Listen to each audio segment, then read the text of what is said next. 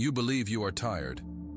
You tell yourself, and the world, that you are exhausted because you work too hard, because you carry too much, because the noise of the world is too loud.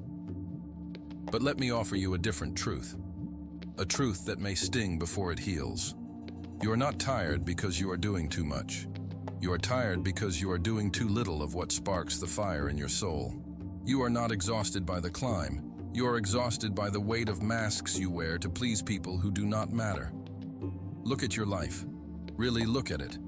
We live in a time where comfort is sold as the ultimate goal. Buy this, and you will be happy. Eat this, and you will feel good. Watch this, and you will forget. But if pleasure is the answer, why are you so anxious? If comfort is the goal, why do you feel so weak?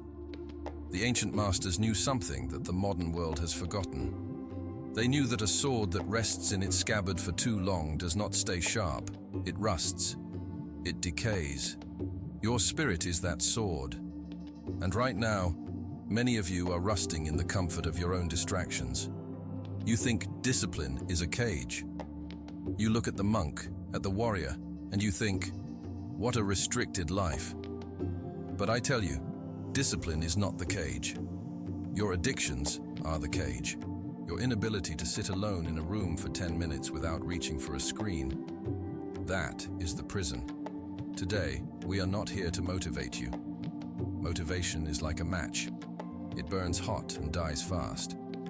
We are here to build a fire that does not go out. I am going to give you the keys to unlock the cell door you built for yourself.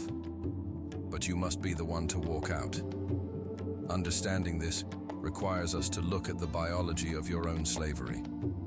Imagine a king who trades his entire kingdom for a single grain of rice. You would call him a fool. You would say he is mad. Yet, this is exactly what you do, every single day, dozens of times a day. You have a kingdom inside you. It is called your focus. It is the most expensive currency in the universe. Whatever you pay attention to grows. Whatever you ignore dies. This is the law. But what do you do with this treasure? You trade it for 5 seconds of cheap entertainment. You trade your empire for a notification. You trade your legacy for a scroll. This is the dopamine prison. Biologically, your brain is designed to seek rewards. In the past, to get dopamine, the chemical of more, you had to hunt, you had to build, you had to survive the winter. The reward was expensive, it cost you effort, and because it cost you effort, it built your character. Today, the reward is free.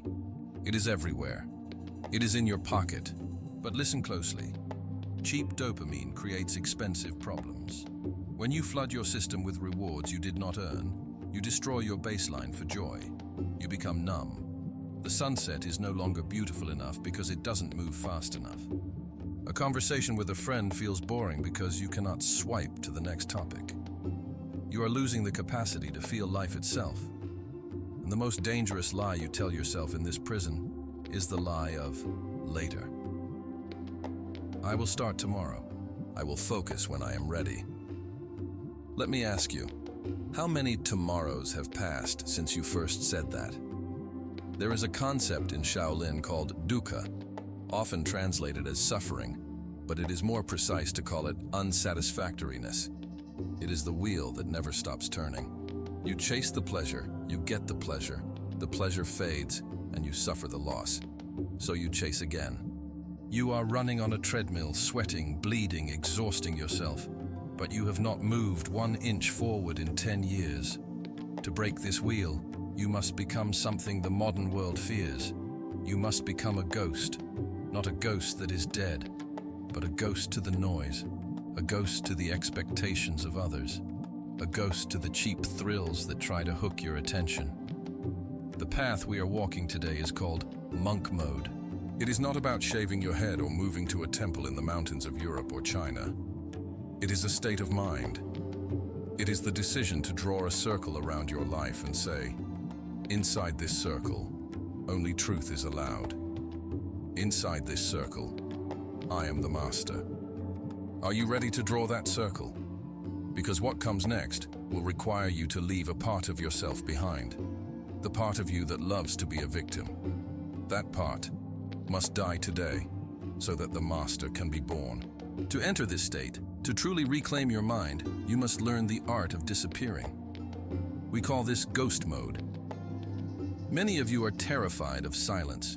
You are terrified of an empty room.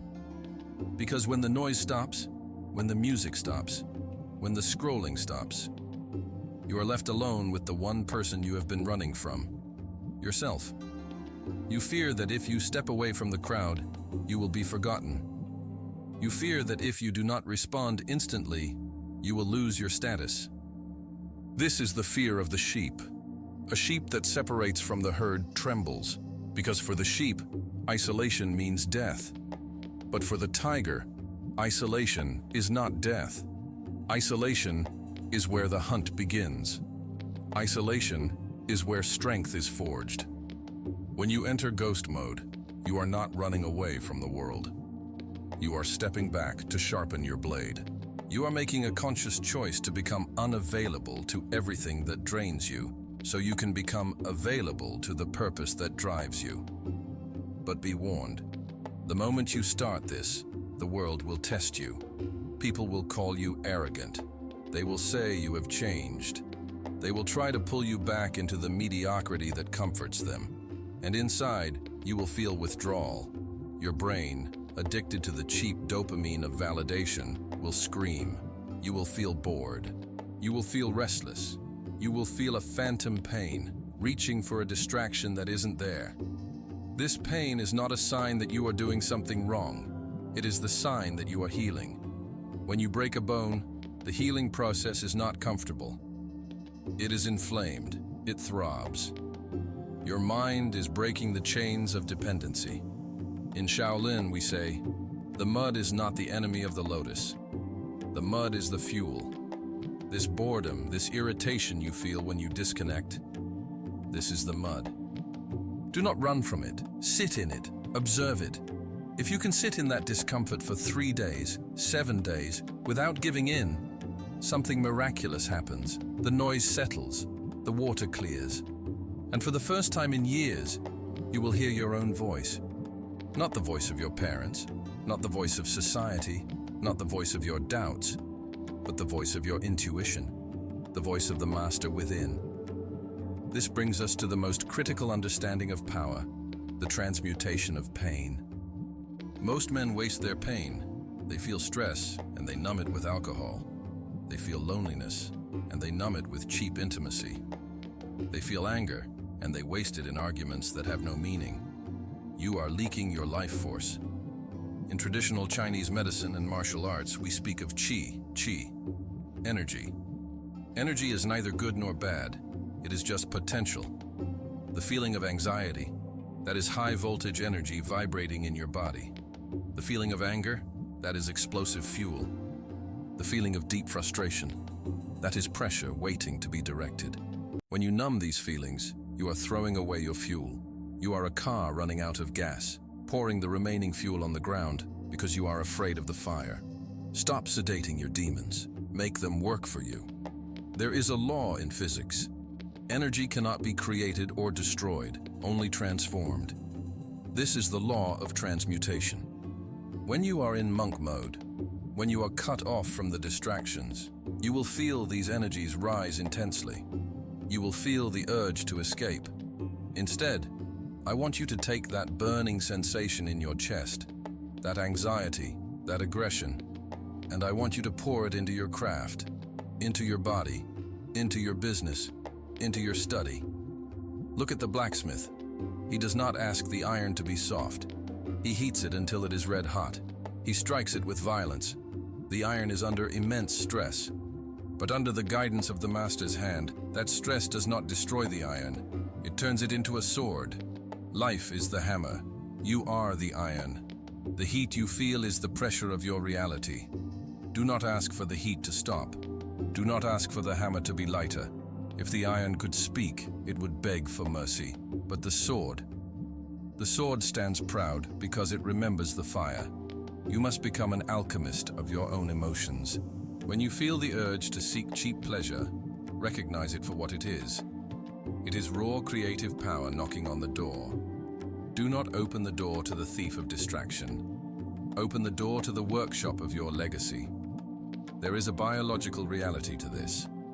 When you retain your focus, when you do not scatter your sexual and mental energy on things that do not serve you, your body reabsorbs those nutrients. Your testosterone creates drive. Your dopamine system resets to pursue long-term goals. Your prefrontal cortex, the CEO of your brain, takes back control from the primitive emotional brain. You literally become smarter. You become faster. You become dangerous. Not dangerous because you are violent. Dangerous because you are focused. A man who cannot be distracted is a man who cannot be defeated. If I cannot tempt you with pleasure and I cannot break you with pain, I have no power over you. You are free. This is the state of the sovereign. And to maintain this state, you must live by a code. The world operates on chaos. You must operate on law. You need a code. Without a code, you are just a leaf blowing in the wind of your emotions. A man without laws is a slave to his environment.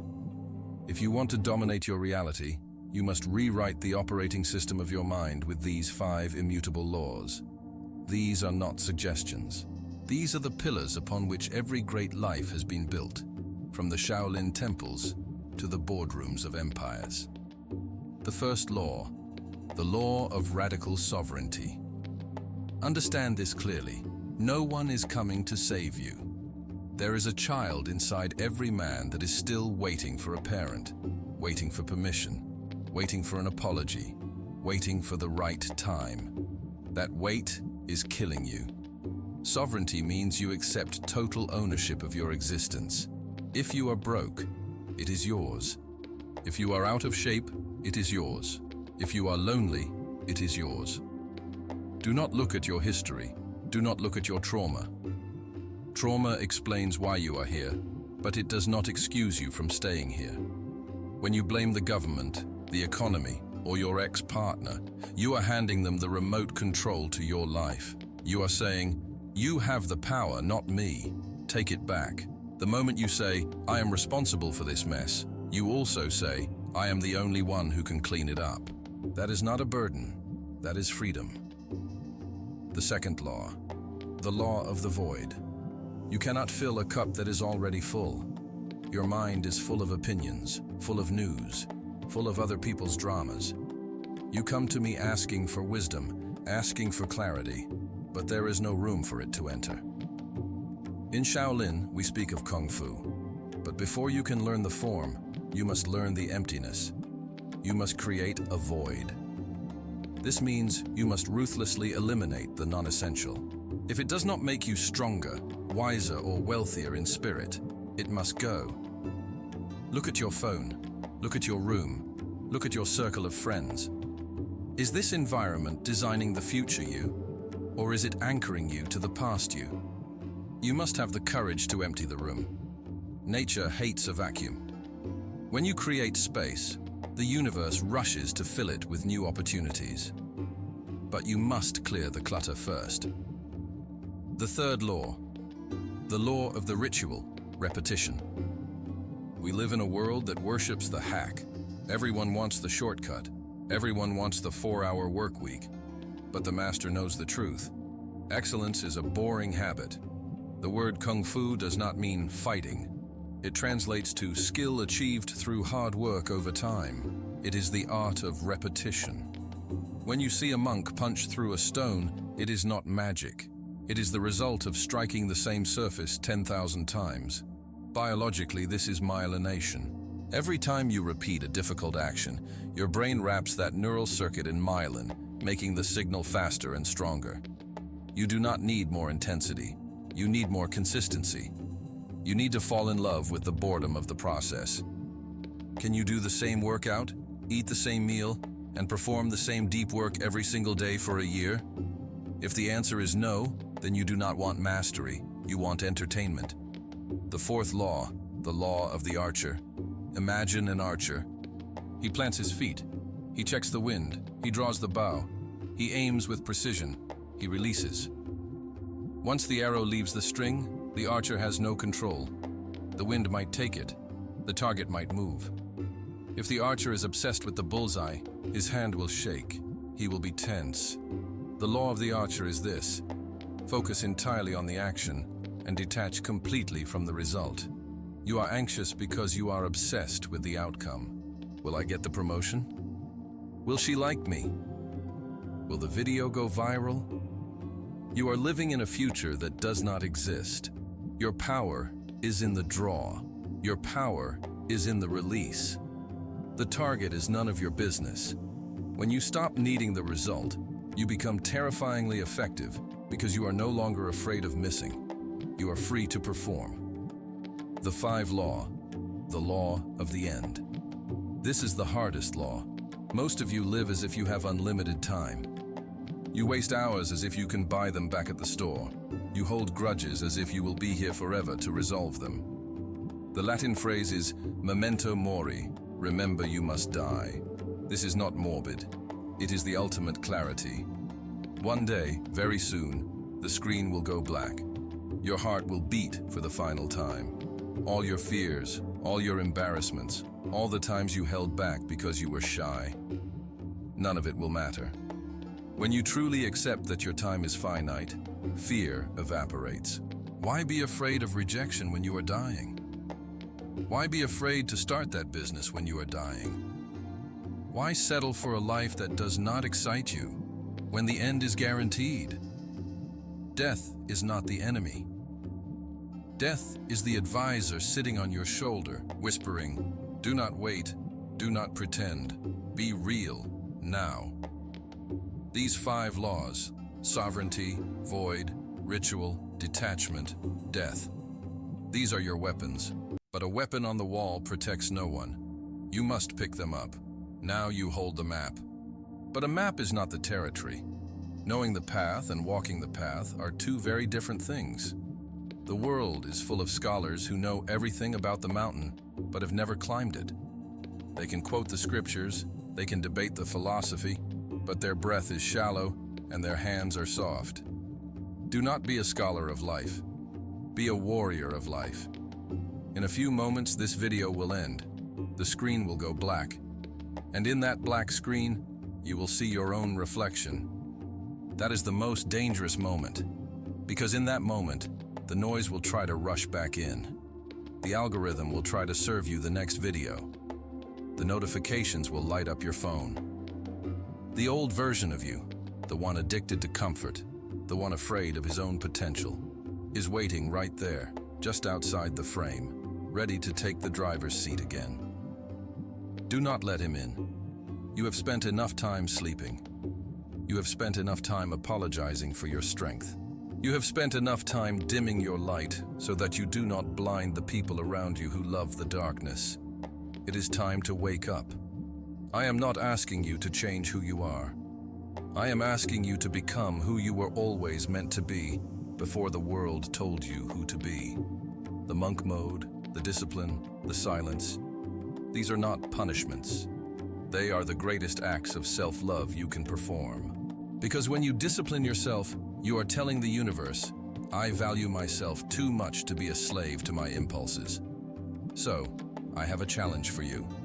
Not for next week, not for Monday, for right now. If you have felt a shift in your energy today, if you felt that part of you deep inside that has been dormant for years, finally stirring and opening its eyes, then do not let this moment pass in vain. Make a contract with yourself. I want you to look at the comment section below, not as a place for words, but as a stone tablet, a place to carve your intention. If you are ready to enter the void, to face your shadows, and to emerge as the master of your reality, simply write, I am awake. Do not write it for me. I do not need your validation. Write it for you. Let it be the first physical action of your new life. Let it be the timestamp of the moment you decided that good enough is no longer enough. When you type those words, you are not just leaving a comment. You are driving a stake into the ground. You are marking the border between who you were and who you are becoming. The mountain is steep, The air is thin, the path is lonely, but the view from the top is worth every step. Go now. The world needs you strong. The world needs you focused. The world needs you awake. Amituofo.